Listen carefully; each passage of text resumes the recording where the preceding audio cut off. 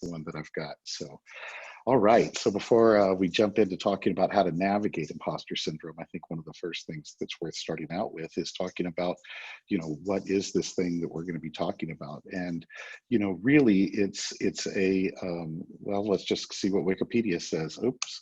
It says that imposter syndrome is a psychological pattern in which an individual doubts their accomplishments and has a fear of being exposed as a fraud.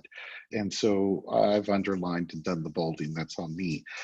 What we're looking at here is a pattern that displays itself as a fear of being exposed as a fraud. And that's what we're going to work with as our definition of imposter syndrome. Oops, what did I do? Okay, sorry. All right, so we've talked about that's a great definition, but who's affected by this pattern? And really, I'm going to say everybody, but let's just look at a couple of examples. For those of you who don't know, Sheryl Sandberg is the COO of Facebook and is quite possibly the most successful tech executive, if not certainly one of the most successful tech executives that there is in our industry. And she has this quote of, "There are still days when I wake up feeling like a fraud, not sure I should be where I am." And we're seeing that key word there, fraud, really indicating these are the kinds of statements that we would associate with imposter syndrome. Jodie Foster, I love this quote. "When I won the Oscar, I thought everybody would find out and they'd take it back. They'd come to my house, knock on the door and say, 'Excuse me.' That was going to Meryl Streep, who I believe is the most nominated actor in all of history, Meryl Streep, who said, 'You'd think, why would anybody want to see me in a movie again or want to see again in a movie? I don't even know how to act anyway. So why am I doing this?'" And, I wish I could do a Tom Hanks impersonation, but this quote, I think, sums it up. No matter what we've done, there comes a point where you think, how did I get here? When are they going to discover that I am, in fact, a fraud and take everything away from me? And I mean, you can almost hear Woody saying this in Toy Story. But we're seeing it again there, this key word of fraud and this idea of them coming and taking everything away from me. And so this concept of imposter syndrome is something that we, I think, need to identify this pattern, not just understand what it is that other people like us are affected by it. In fact, maybe everybody to some extent and at different times in their lives is affected by this. I know I certainly have been. But being able to really identify this pattern so that we can recognize it and name it. And then as we can see later, we can find ways to navigate it. And I would never use the word overcome. I think navigate's the right word, but we'll get to that in a minute. So common thoughts that we see both in the definition and in some of these quotes are this fear of being discovered as a fraud. Sometimes we see it in a need to succeed or a fear of failing. If they see me fail, then they'll know that I'm a fraud. Therefore, I have to succeed at everything that I do. This requirement to be, number one, almost superhuman, the first one in the office, the last one to leave, the hardest to see work, because imposter syndrome might be driving a fear of discovery of being a fraud. As we'll talk about in a minute, there's this inability to accept praise that seems to be commonly attributed, I think, attributed to behaviors and thoughts that we would associate with imposter syndrome. And phrases like, "I was just lucky," or "It could have been anybody," or "I was at the right time at the right place." While all of those may be true, nobody's going to come to your house and knock on the door and get you to stop playing Xbox so that you could have gotten to where you were. You most likely had some inputs in whatever got you there, but I certainly have found myself saying those kinds of phrases. And then there's that feeling of not being deserving of the title or the responsibility, maybe not deserving of the pay that you receive, and then fears that go along with that begin to affect our decision making. And that's the real problem about imposter syndrome. While all of these things are incredibly common, when we're unable to navigate this and we're unable to find ways to overcome it or to at least overcome it in the moment, then it can become a limiting factor. So let's talk about that. Instead of trying to think about what's the cure for imposter syndrome, because if I had that, I wouldn't be giving a talk. everybody would be cured. But in my experience, there's a opportunity to navigate through it, because again, it's a pattern, and we know how to identify the pattern. We know what it looks like, and we know that we can be affected by it. And so I think this is the important part of where we begin to think about, you know, how do we navigate these waters? And I think the first is to investigate. And that's the first say, you're not a fraud, or at least you're probably not a fraud. And if you are, you probably know that. If you're, um, impersonating somebody or something, or pretending to have a license or a credential that you don't have, then yes, you are in fact a fraud, and there's nothing in this talk that's going to help you. But for the rest of us that are out there trying to live the best that we can and get better every day, the chances are you're not a fraud. I think the easiest way to do that is to gather evidence and to figure that out. And so I thought this slide said gather evidence on it. We updated them, and I must have left that off. And really where this comes from is my discovery and my first foray into this understanding of imposter syndrome, which was, probably about a decade ago. And a friend of mine who had spent couple of decades in the military and had joined as a private, at this point was a lieutenant colonel, and joined right out of high school and was now working on their PhD, and had joined a PhD program, had come to me, and I was helping write some software for them to get data for a project they were working on so that they could do some analysis of that data and write a paper. And so they're in their first semester of their PhD program, and they're super excited. They're one of the most accomplished people I know. And they call me at some point and, tells me, just quit working on the project. I'm writing this for fun, just as a friend. It's not like a paid engagement. I'm helping a buddy out, and they're on a project that they're working on. And he said, I'm not going to be working on that anymore. You can quit writing the software. Don't worry about it. I said, okay, well, what's going on? I'm curious. Why are we stopping all of a sudden? You've been very excited about this for a long time. And he said, well, I'm dropping out. I'm gonna quit my program, and I don't think that I'm cut out for this. And we start talking. And at the time, I didn't recognize it, but now I think he was, exhibiting the exact pattern of imposter syndrome. And he was telling me things like, it's been too many years since I took my last statistics course. And so many of the people in my program went right from high school to bachelor's to master's to PhD. And I've stretched that out over a 20-year period. I don't have the habits anymore of a great student, and they shouldn't have let me in. I don't think that I'm smart enough or qualified to be doing this program. And he had this whole list of reasons why he didn't belong there anymore. And, it all boiled down to, he was a fraud. Why did he even think that he could make it in this program? And I wished him well, and let's talk again. And, I hate to hear it. And we hang up, and a couple of days later, we chat again. I asked him, how are you doing? How are you thinking about your PhD program? What's going on? And he said, Jason, I'm sorry for the meltdown the other day. Thank you for letting me vent. I've decided to stay in the program. And this is where this slide came from, of gather evidence and you're not a fraud. And it's where I first got introduced to this idea. And I asked him, what made you change your mind? And he said, well, I sat down and I started thinking, why did these people let me into this PhD program? And he said, well, I started looking at it, and I had the right scores. I did all the right prerequisites. I had the right undergraduates. I did the work to get in. I went through every bit of their application process. I'm not the standard traditional student that's in the program, but I do have experience, leading people all over the globe. I've been in, in highly stressful and sometimes traumatic situations, and been able to work through them. And I have the underpinnings to be able to make this happen. It's just going to be a different experience for me than others. And I do belong here. The evidence says I belong here. And so even though I feel like maybe I don't, the evidence says that I do.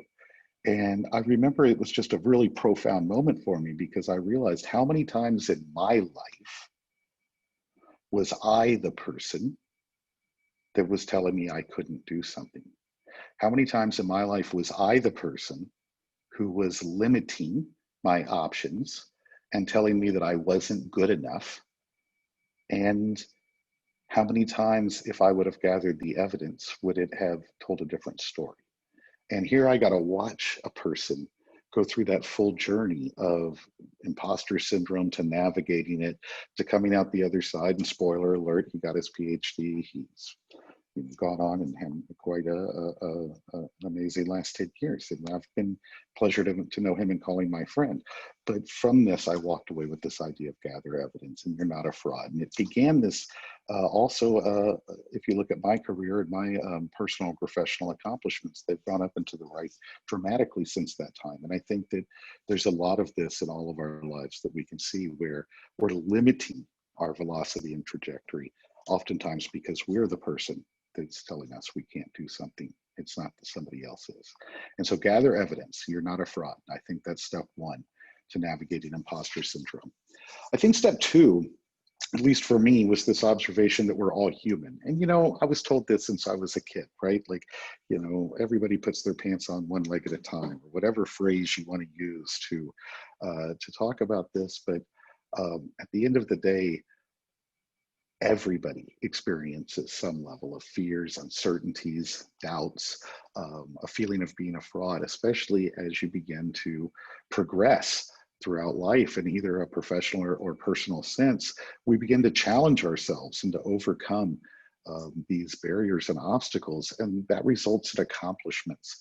And as we get this feeling of imposter syndrome, it's easy for it to creep in because then it's easy to feel undeserving of these things.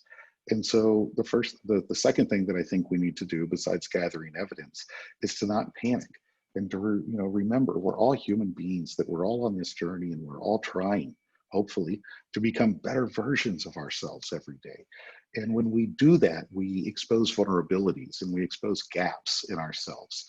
And that feeling of being a fraud combined with a little bit of vulnerability can really make this growth path very difficult. And so taking a moment to stop and just remember and to give ourselves some permission to not panic, that we're all human, that we're all on this journey together, and that when combined with this understanding that I am not indeed a fraud, begins to let us elevate above the quagmire that is imposter syndrome and some of the challenges that it brings us.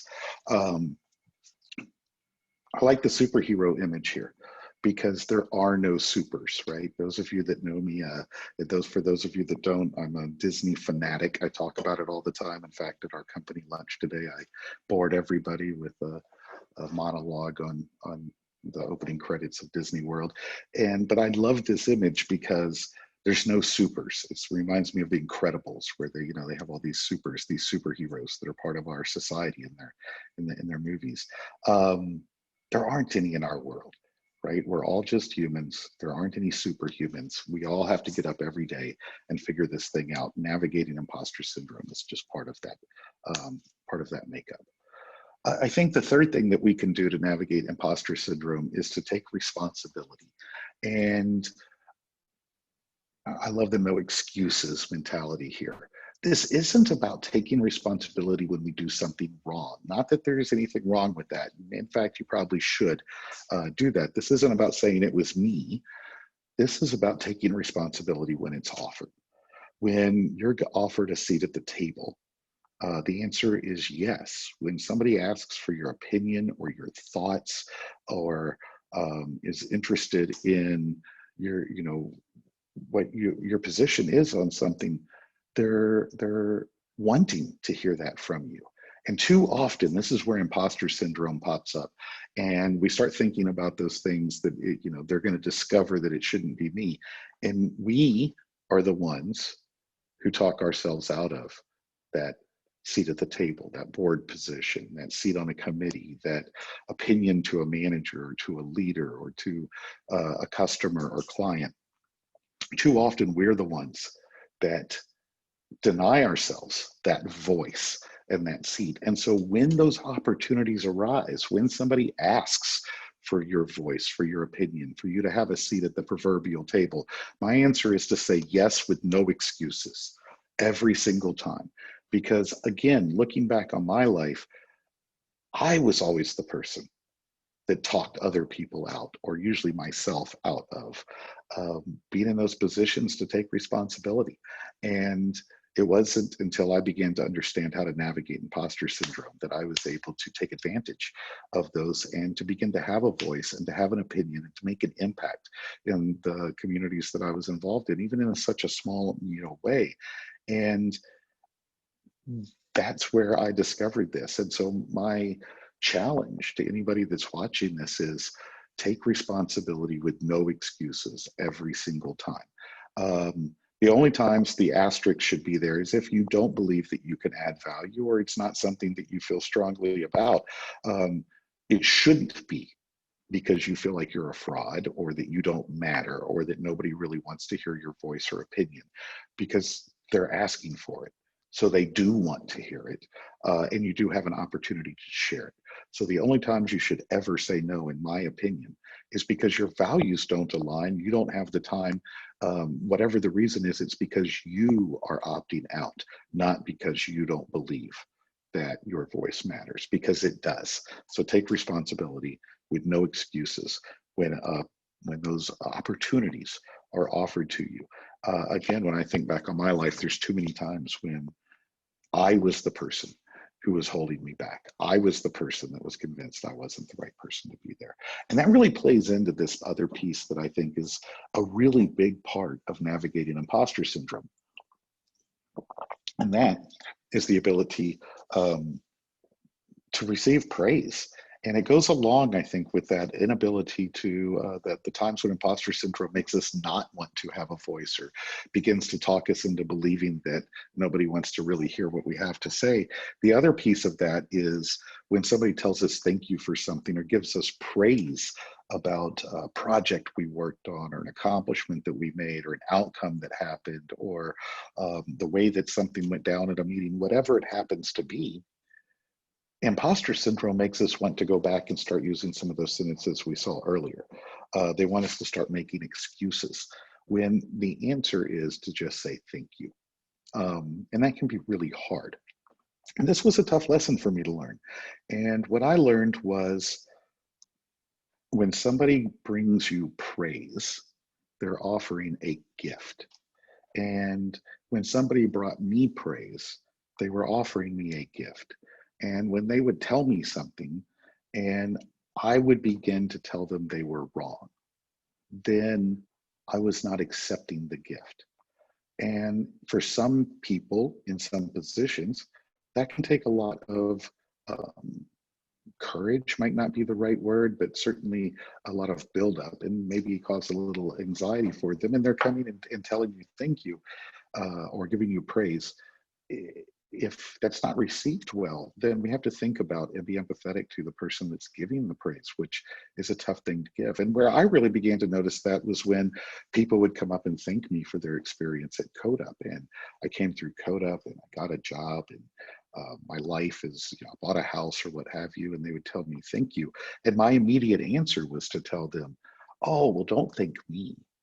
Right? You worked really hard to get here, and you had a support system. Thank them. Thank your family that helped you get through this, or your friends. Thank your instructors that came every day and worked with you, or your admissions team that helped get you through the process of being admitted, or thank the placement team that worked with you to find that first job. And somebody pointed out to me one day, they said, Jason, do you realize that people are coming to you and they're giving you the gift of thanks and praise, and you're telling them they're wrong?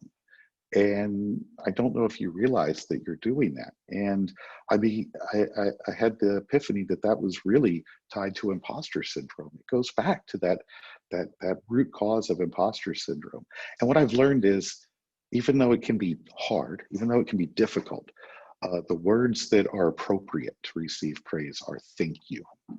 And instead of thank you, but, or telling somebody they're wrong, I would say it's okay to say thank you and.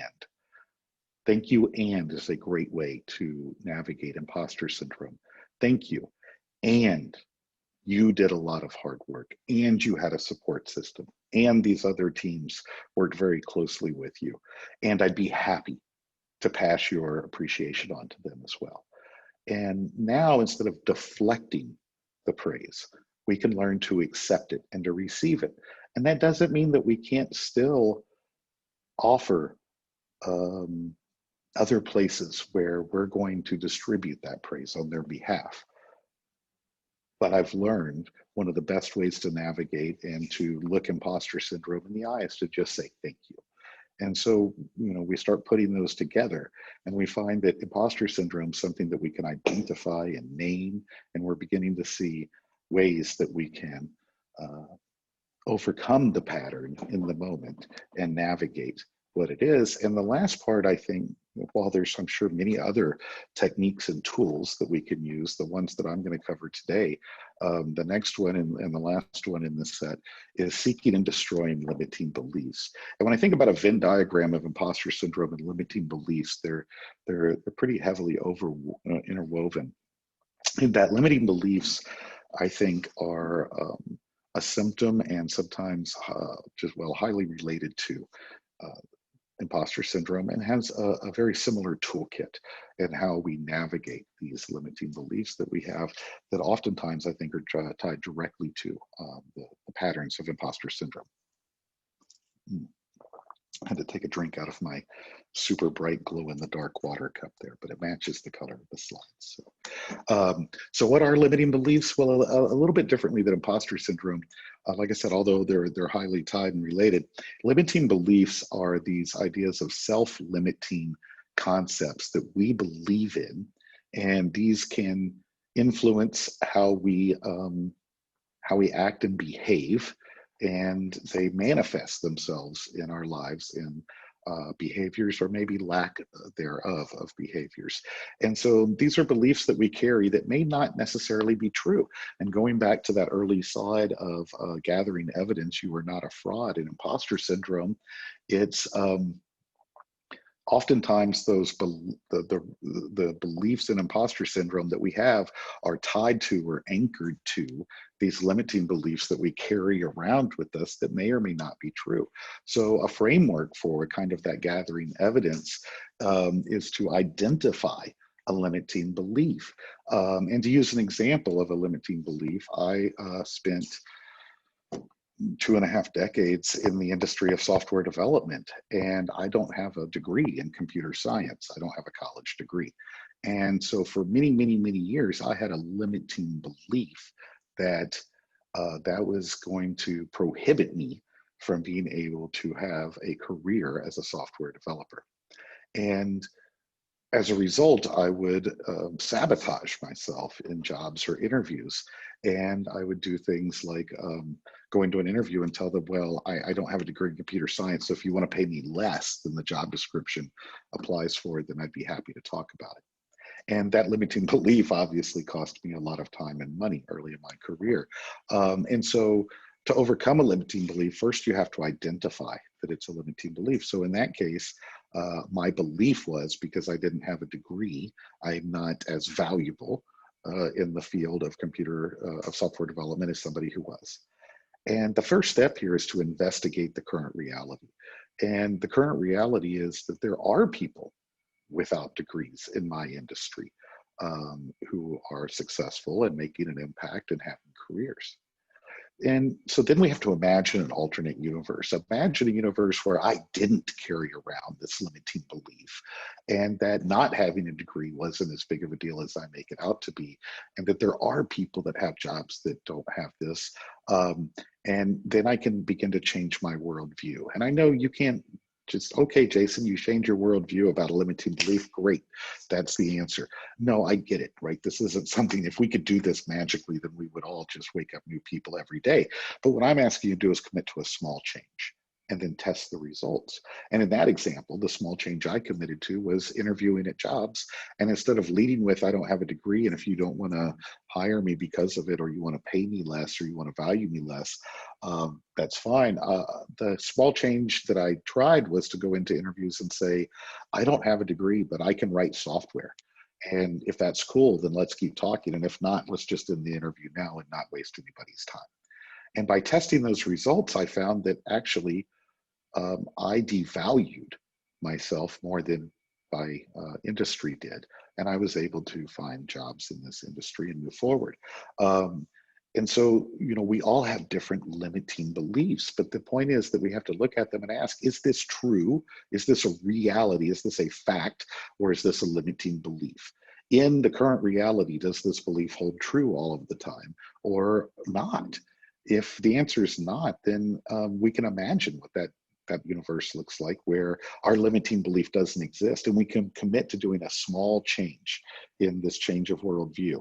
Make one small change in the way that we're interacting with the world, and then we can test the results, and we can see if we're getting positive or negative benefits. It's hard to tell in a Zoom box, but I'm 5'7", or at least my driver's license says I am. Also 45 years old. I think I've shrunk, so I'm probably closer to 5'6" these days. And younger me had a limiting belief that I could only date people that were shorter than me, and that certainly limited my future family. And the long story short, I went through a similar process. I didn't understand then, but I imagined a different world and had an open mind. And this December, I'll be celebrating 19 years married to a woman who is 2 inches taller than me. There are things that are truths, and then there are things that are beliefs. And when we think about imposter syndrome, when we have a belief that is limiting us and feels like it could be related to imposter syndrome, I think the first thing we have to do is ask the question, is this a truth or is this a belief? And you do that by investigating the current reality. So we're coming in on a half an hour. I think there was an hour slotted, but I was going to try to keep it around 30 minutes plus leave 15, 20 minutes open for Q&A if necessary, or if anybody's interested. So we're going to start wrapping it up here by bringing it all together with the roadmap. If you're going to walk away from anything here, it's that several people, almost all of us, most likely all of us, exhibit this pattern of imposter syndrome. And it rears itself in the feeling of fraudulence or in limiting beliefs. And the way that we can navigate these is to first gather evidence and determine whether or not we are indeed a fraud, or whether or not it is indeed a truth or a belief. Remind ourselves that we're all human, that there's no supers running around, and that we're all struggling through this together. And that our voice matters, to take responsibility, to say thank you when we receive praise, and use those two as tools to navigate the waters of imposter syndrome. And to seek and destroy limiting beliefs when we can identify that they exist, so we can remove those things from our lives and have a smaller pile of things that we need to overcome in the process of navigating imposter syndrome. And again, my name is Jason Straughan. I'd love to hear from you, and I'll stick around for Q&A for a little while. You can follow me on Twitter. I'm pretty boring at JD Straughan, or you can always email me at jason@codeup.com. That's probably the easier method to contact me directly, and I'll be happy to stick around and answer any Q&A as time permits. So thanks for having me.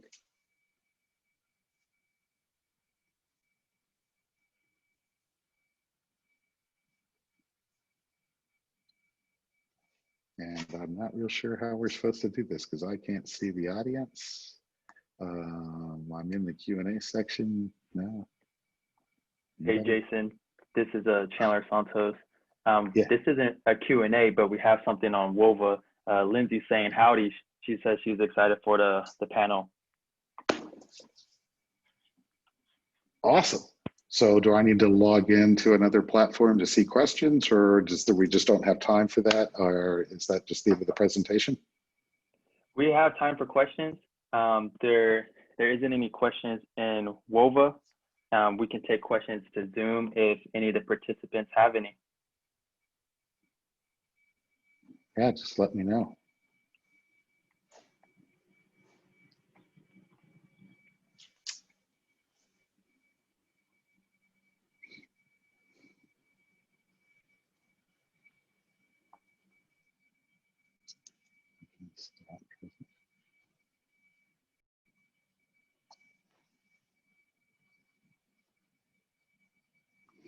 Oh, let's see.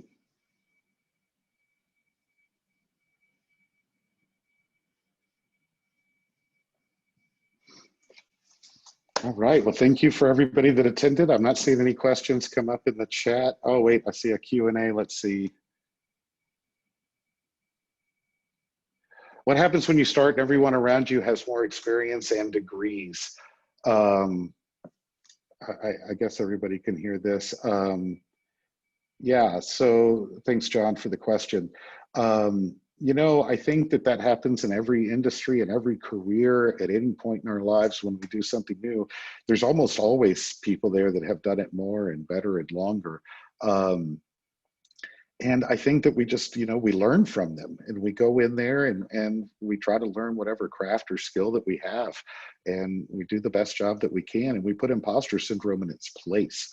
You know, whether you're a plumber or a developer or electrician or an Academy Award winning actor or, you know, whatever, everybody has to start and build skills in any industry.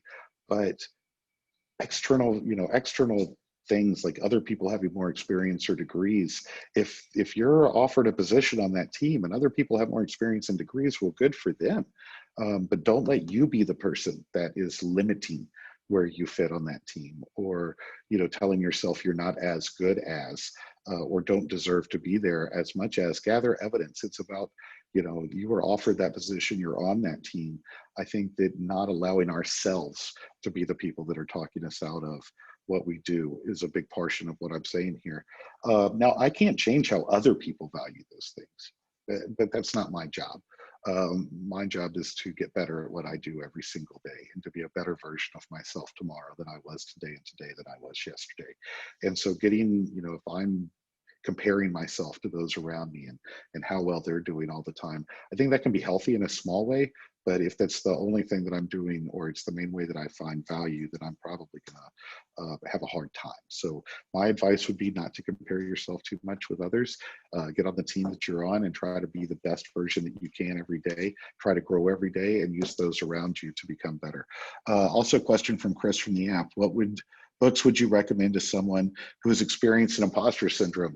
You know, that's a great question. I don't know if I know of a great book on experiencing imposter syndrome, other than, again, I would say to gather some evidence.